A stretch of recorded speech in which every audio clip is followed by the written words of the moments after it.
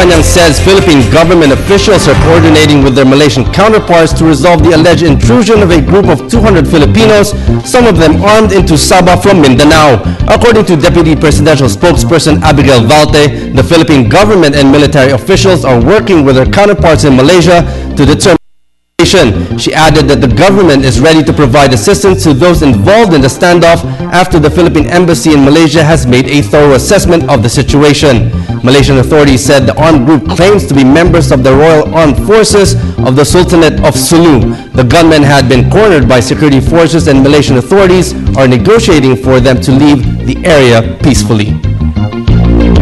Our Philippine Embassy in Malaysia is already actively working there para malaman po natin kung ano yung sitwasyon nga doon. At pag nalaman na po natin, na-assess na po natin, meron na po tayong mga ways forward pag nalaman po natin.